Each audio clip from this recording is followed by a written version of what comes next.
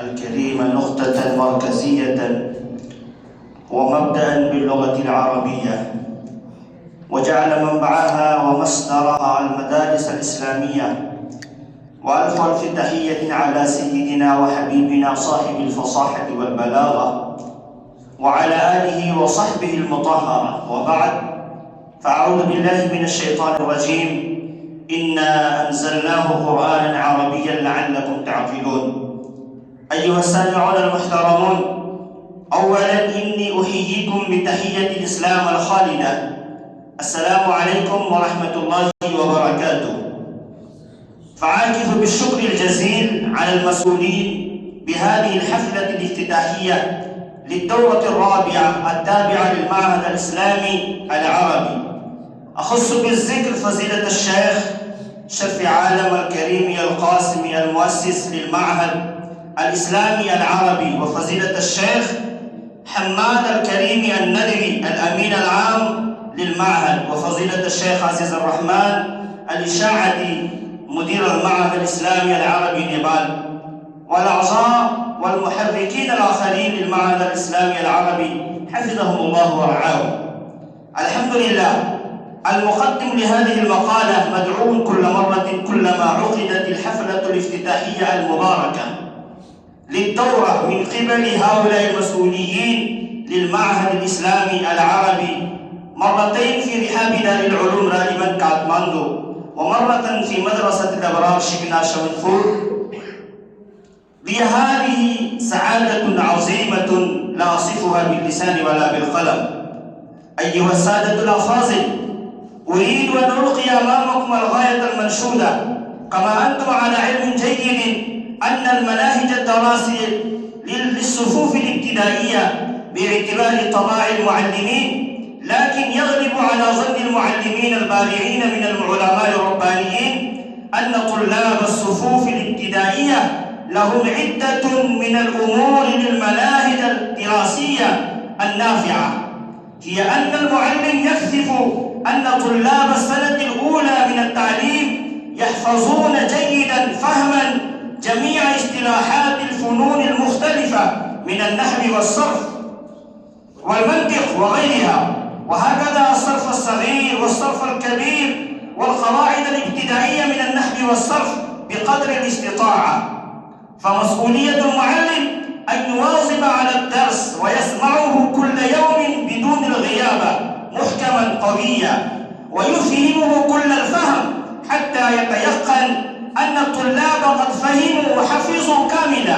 ومسؤولية الطلاب ألا يتقدموا في الدرس بدون حفظ جيد وبدون فهم كامل، وكذلك على المعلم أن يسمع الدروس السالفة بعد كل عشرة، ويسأل المعلم عن الدروس ويجيب الطلاب، ويقوم بصرف الأفعال الأخرى دون فعل يفعل، ويعلم حسن الخط وصلاح كتابة الألفاظ العربية والأردوية أيضا. والمعلم يعود الطلاب أن يتكلموا ويكتبوا باللغة العربية بجملة صغيرة وسهلة بضوء دروس الكتب من الأدب.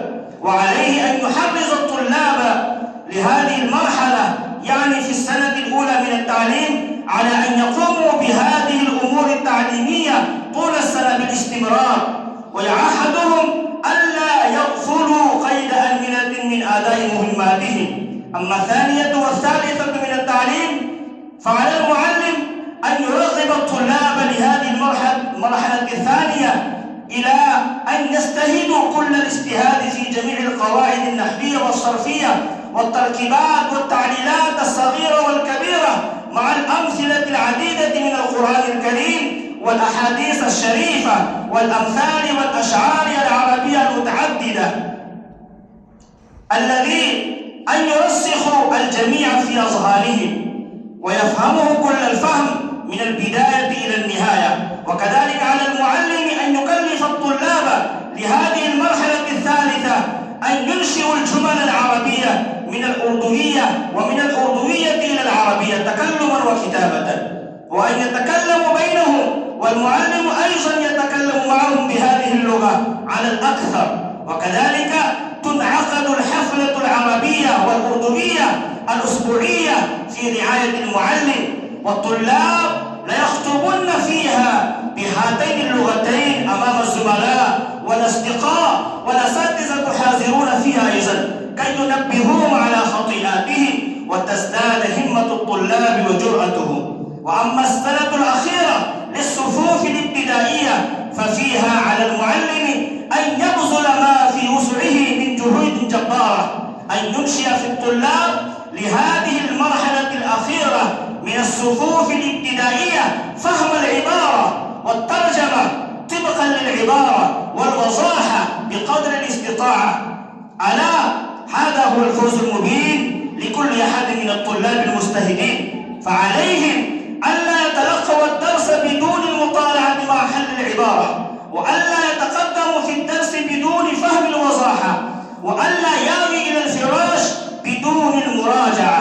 فلذا قال مجدد الملة حكيم الأمة أشرف علي التهانوي رحمه الله رحمة واسعة: من يضمن لي 3 أمور أضمن له الاستعداد الكامل، وهي الأمور ال3 هي المذكورة، يعني قبل الدرس المطالعة الجيدة وفهم الوضاحة، بعدهما بين زملائهم المراجعة. وعلى المعلم أن يقيد الطلاب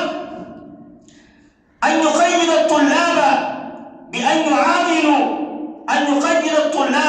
يعاملوا بالحاشية العربية وبين السطور خلال المطالعة بدون المعامل الأردوي، وكذلك يستحث الطلاب على مطالعة الكتب الخارجية من العربية والأردوية ألفها الأدباء والفصحاء والمؤرخون الموثوقون، وتنعقد لهم الحفلة الخطابية العربية مع الأردوية، وبالإضافة إلى أن يحملوا على أن يكتبوا شرح الدروس والخطب والواقعات والحادثات، وهكذا الجرائد الروائد والرسائل والمجلات باللغتين العربية والأردوية.